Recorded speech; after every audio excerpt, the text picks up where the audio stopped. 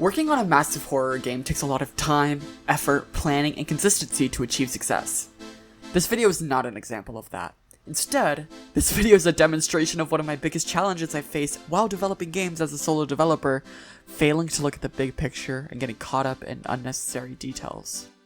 I don't mean to spoil it, but you'll see in this devlog how my focus tends to shift, and I lose months of my time working on pointless features, completely ignoring crucial gameplay mechanics that should be prioritized first. But I had to learn that the hard way, and I think it's important to share this story for the fans, and maybe even some other game devs out there. But if you haven't heard of this game, it's called Venge. It's an indie mascot horror game. It's on Steam if you wanted to go check it out. Anyway, we're working on Act 2, specifically the Red Source Chase, so let's get right into it.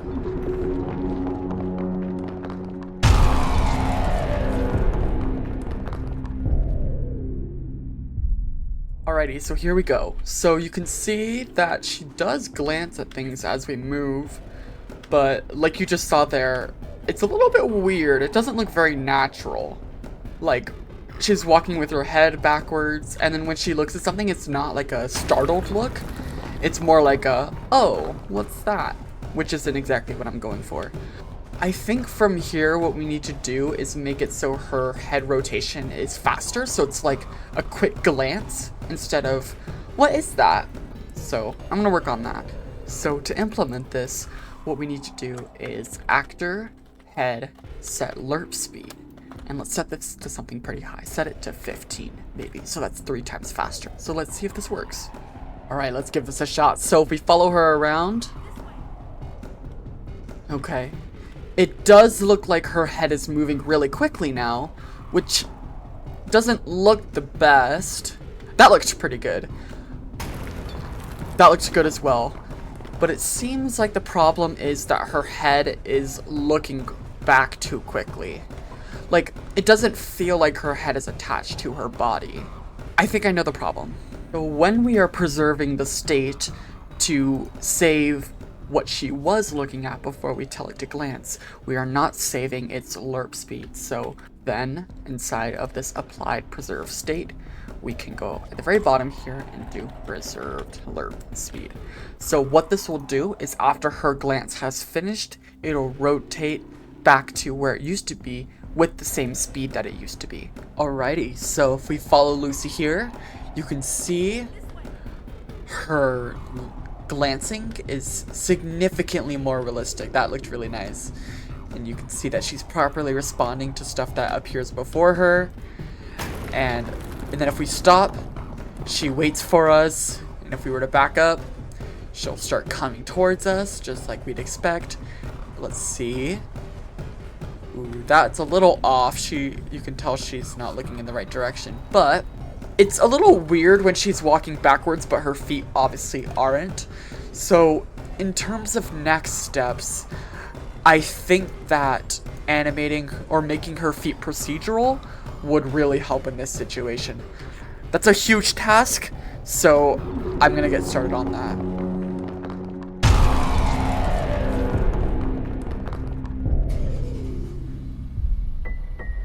Hey, it's the next day, and I actually really do not want to work on the legs, so we're going to be dealing with that later. Instead, we're going to work on her eyes, which are going to be much easier than her legs. What I've set up here is the eye module, which controls her eyes, obviously, and the way that they're working right now is I can set each eye to either go between 1 for the right or -1 for the left.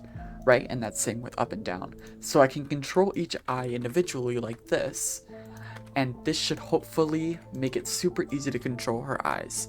So I'm going to keep working. I'm going to set up a tracking system and a manually set position system, and we should be good to go. With that done, let's give it a shot. And it looks like the horizontal tracking is working. You can see that her eyes follow me as I move left and right. And if we go closer, her cross-eyed happens, which is what I want. But it doesn't seem like her vertical tracking is working. It's like she's avoiding eye contact, or she's looking at my shoes. Which, I mean, maybe I want at some points in Act 2, but not for the entire thing. So let me see if I can figure this out. I'm sure I just got some math wrong somewhere. Boom, I fixed it. So You can now see that her eyes will properly track me no matter where I go. This took a lot of work, you guys have no idea. And I can even like run around her and she'll pick up on where I am, which is awesome. And then one of my favorite things, if we walk really close, you can see she goes cross-eyed a little bit. It's so funny. It's a little bit awkward, but I think it's funny. I think players will enjoy that, like being able to like it's funny. So we can test to see how her full body will look by just enabling these two commands here. And then now as we move around, she'll rotate her head to follow, and then if I flip around, she'll rotate her body. But this honestly looks really good. I'm really happy with this. It looks pretty natural. It looks like she's alive and she's following me. I can change the angle at which her head tracks. And my idea was if she's feeling more scared or guilty, she'll turn her head down. And then if she's looking more confident, she'll tilt her head slightly up like that. But I think tiny little subtle body cues like that would be a really good idea to add. I am going to add her eyes to the chase and make them work with all the glancing, and I will be right back once I do. It's gonna be a lot of work. Wish me luck. Here we go. So I've done a lot of work and I'm excited to show you. So first things first, you may notice that her eyes dart around a tiny bit as she watches us, and real human eyes do that too, not as dramatic as I've made them here, and it also helps convey her sense of fear. But if we follow her now, notice how she moves her eyes around realistically as if she's looking at the obstacles, but then she's also keeping tabs on us and making sure that we are safe too. So as we go underneath that plant, you can see she glances at the plant and at me, making sure I made it through safely. So going forward, I want to add some blinking because her lifeless stare is starting to get to me. And then after that, we will work on the lighting. I've made a lot of progress and I'd love to show you. So first things first, we have some lighting, as you can tell from the edge of Lucy's head. And as we move around, her head will continue to stay perfectly lit as expected. I have fixed some of her head tracking, so it looks a little bit nicer now. And I've also fixed some of her glancing, which also looks a little bit better. And honestly, and then also I've implemented crouching. So you can see, she properly crouches underneath this and looks back and forth properly, which adds a lot to the animation. It makes it look so much better. I want to add a little bit more vocal stuff, so like her going, ah, or watch out, you know what I mean? Just like that sort of thing. And then I also want to work on the animation of her body, so like she actively responds to something, you know, popping out or whatever. So I'm gonna get started with the talking, and I will see you when I'm done.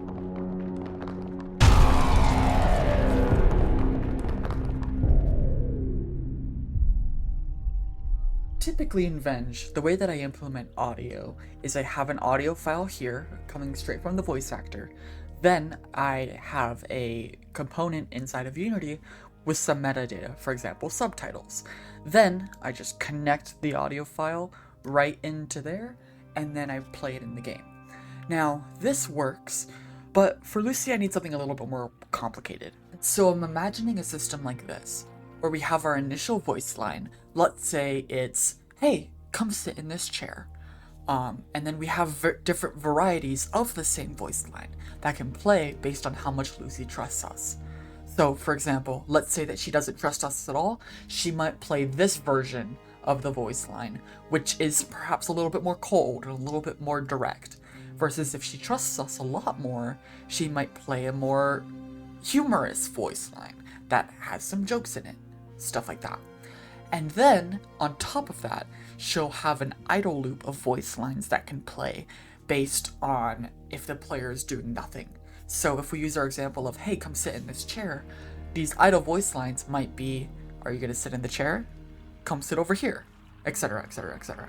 So I think the system will work, and I think the system will make it super easy to control.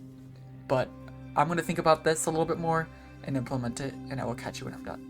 Alrighty, so I have implemented the system fully. It took a long time, but I have a little demo to show you. So let's imagine that we just walked into Lucy's house and she wants us to sit in this chair. So let's imagine that she doesn't trust us very much. This is what it might sound like. Alright, come sit in the chair. Very boring, doesn't have a lot of emotion, and she's kind of holding her personality inside, right? Now let's imagine that she trusts us a lot. Oh my gosh, okay, sit in the chair, and then I'll be right back with something cool. Notice how she had a lot more personality and she almost let herself have a lot more fun. This, again, is super nice because it automatically chooses the correct voice line to play based on how she feels about us, which is going to be awesome. And then additionally, the reason I paused it is, let's say that we don't sit in the chair. Let's see what happens. Are you gonna sit in the chair? After some time, she will start playing her idle dialogue. This is really going to come in handy. So I'm going to polish this up further, and let's implement this into the game. And this is where the video starts to fall apart. The cracks start to form. Despite spending all this time implementing this arguably really important voice line feature that's kind of essential to the entire act, I never actually put it in the game. Instead, for whatever reason, I decided to start working on Lucy's procedural walking system. You know, foot movement. Way more important. So keep an eye out and tell me when it starts to draw the line between cool and completely useless and a waste of time.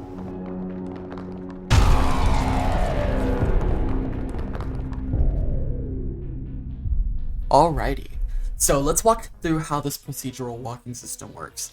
Essentially, as Lucy moves, her body moves like this, right? It's specifically propelled by her pelvis.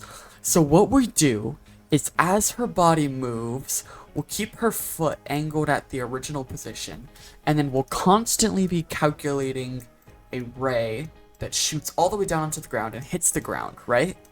And then once the distance between this ray and the original foot position gets large enough, then what we'll do is we'll do some math and we will shoot another ray all the way over to the other side here and draw the new foot position.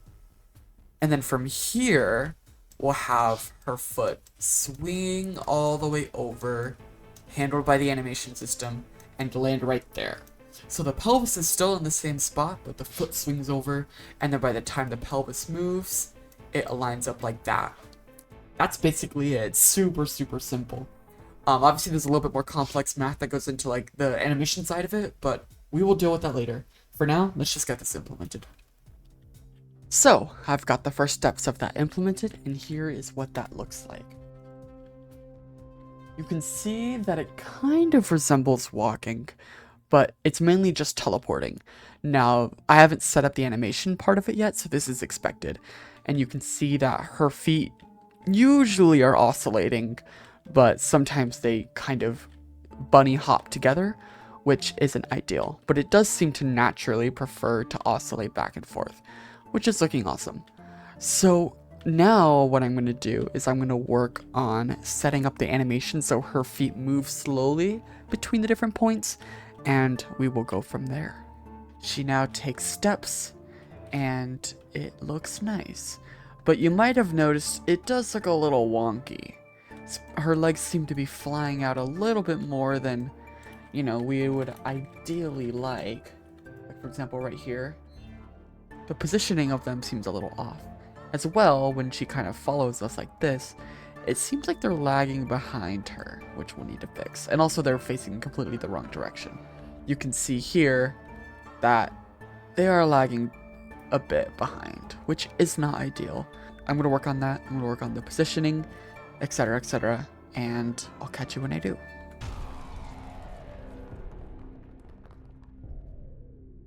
And continue working I did. I would add more, I would polish more, and then I would wait to record the next update until I had more progress, so then I would add more, polish more, and eventually that sort of like perfection loop made it so that next update clip never came. I never recorded anything past this point, and I lost the plot. Weeks went by as I worked for hours every day on this procedural walking system, trying to impress you all, trying to show, like, how cool this can be. I was trying to perfect every detail out of it, and in my mind, if I didn't make her feet perfect, Act 2 could never be good. Unfortunately, this cycle completely burned me out. Weeks went by with no progress, and I started to stress out over not making progress. I really didn't have the energy to work on her legs again, and it just kept getting worse stress-wise. And then I kind of had a realization. No one will care if her legs are perfect if Act 2 is bad. Perfect feet can't save Act 2 from disappointed fans.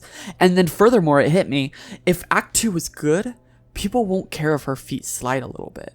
If the game is fun, no one is going to care if her feet don't perfectly match the environment at all times. If I spend all my time and energy on this, I'm just going to keep burning myself out, and eventually years will go by with nothing. Maybe this is why 2.0 took so long. I mean, in retrospect, it's ultimately so funny that feet happened to be the thing that caused me to realize this, but maybe I've been approaching game development wrong. Like, I'm a software engineer at heart, creating clever systems is my specialty and I love it, but the truth is, no one will care how clever my code is if the game isn't fun, if the game isn't worth playing, you know? So where does that leave me now? Honestly, I'm not sure. I really wish that I could say that, like, this realization unlocks some grand plan and Act 2 will be released in 3 months, but the truth is I don't know. But what I do know is I'm changing how I work on Venge. Instead of trying to chase technical perfection and always trying to impress you all, I'm going to put my energy into the parts of the game that actually matter. The story, the tension, the mechanics, and for Act 2, Lucy. For example, I'm refining Lucy's trust system, a core mechanic in Act 2, and I think I've finally nailed how it should feel.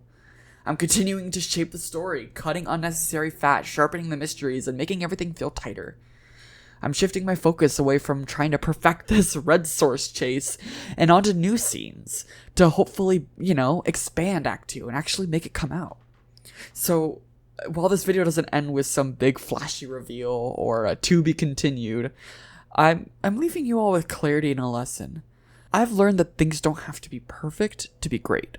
And I'm going to try and apply that as much as possible. And I'm really excited to share what I come up with next. So stay tuned, and thank you so much for watching the video. I will see you in the next one. Goodbye.